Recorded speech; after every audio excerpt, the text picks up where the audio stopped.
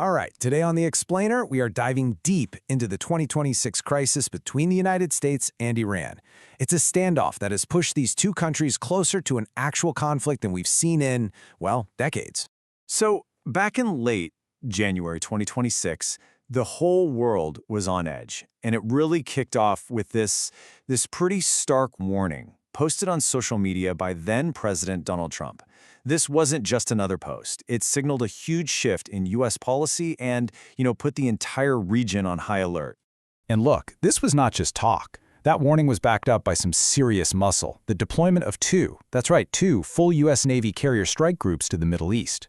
To give you some perspective here, a single strike group is this massive fleet. You've got destroyers, cruisers, submarines, all built around a giant aircraft carrier. Sending two of them? That's a concentration of naval power we haven't seen in that region since the Iraq invasion back in 2003. It's a huge deal. So this massive deployment, it really set the stage for an incredibly tense standoff. Which brings us to the big question, right? How on earth did we get here? To really understand that, we need to rewind the clock a little bit and look at what was happening right before this whole thing blew up. Okay, so the roots of this whole 2026 confrontation, they really go back to two parallel crises that started brewing in 2025. You can almost call it a perfect storm of pressure, all building on Tehran. First off, Iran was dealing with some intense pressure at home. There was a deep economic crisis going on. We're talking crippling sanctions, crazy inflation, and shortages of just basic goods.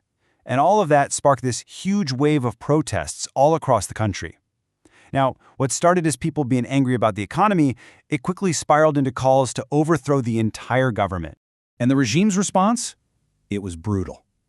Security forces launched this violent crackdown. We saw mass arrests. They shut down the internet to stop people from organizing, all while they were publicly pointing the finger at the United States and Israel, saying they were the ones stirring up all the unrest.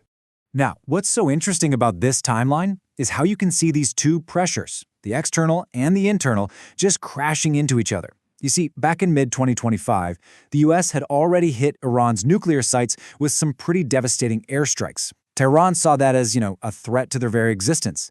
Then, just a few months later, while the country is being torn apart by these massive protests, the government comes out and declares it's ready for war. And boom, that's what triggers the first U.S. carrier to head to the region. So how did Washington respond to all this?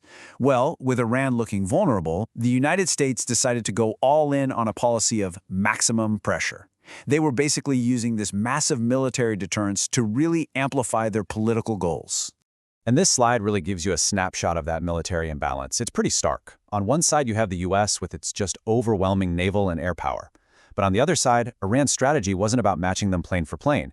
No, it was all about their asymmetric strengths, their huge number of ground troops, their powerful missile arsenal, and, crucially, their network of proxy forces. We're talking about groups like Hezbollah, or the Houthis, who are armed and supported by Iran to basically extend its reach all across the region. And this military pressure wasn't subtle. It was paired with some very clear, unambiguous political statements. During a speech in February, President Trump just laid it all out there, stating plainly that regime change was the ultimate goal. And just to be crystal clear, this was a comprehensive military buildup. This was not just for show.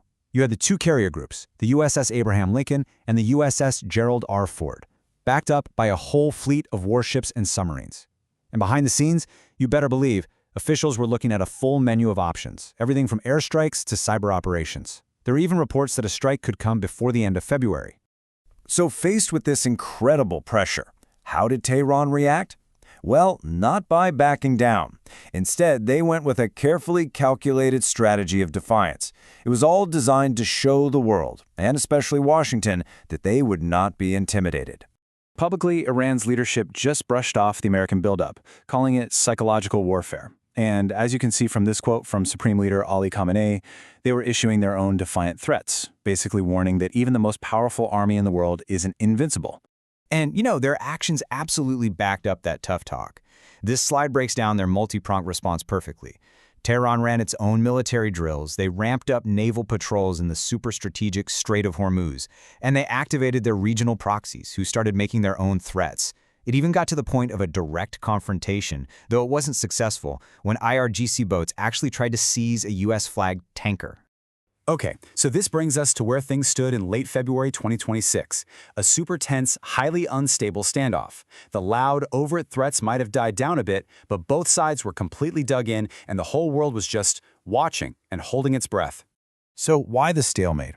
I mean, talks did start, indirectly, in Oman, but they fell apart almost immediately. And this slide really gets to the heart of the problem, the sweeping demands from the United States. Washington was asking Iran to basically tear down its entire nuclear program, stop developing missiles, and cut off all its regional allies. I mean, for Tehran, this wasn't a negotiation. It was a demand for total surrender. It was an existential threat to their security, which made these demands complete non-starters from the get-go. Unsurprisingly, the rest of the world was watching all this with a lot of alarm. You had key European allies like Germany and France, plus other regional powers, all putting out urgent calls for everyone to just calm down. They were highlighting the immense risk here, that just one tiny miscalculation from either side could cause a massive conflict. So where does that leave us? Well, while the open threats might have quieted down, the core issues, they are still completely unresolved. The warships are still there, the diplomatic channels are basically frozen, and the situation inside Iran is still incredibly volatile. It all leaves us with this deeply uncertain future, and that one big, lingering question you see right here. Is this a real de-escalation, or is it just the quiet before the storm?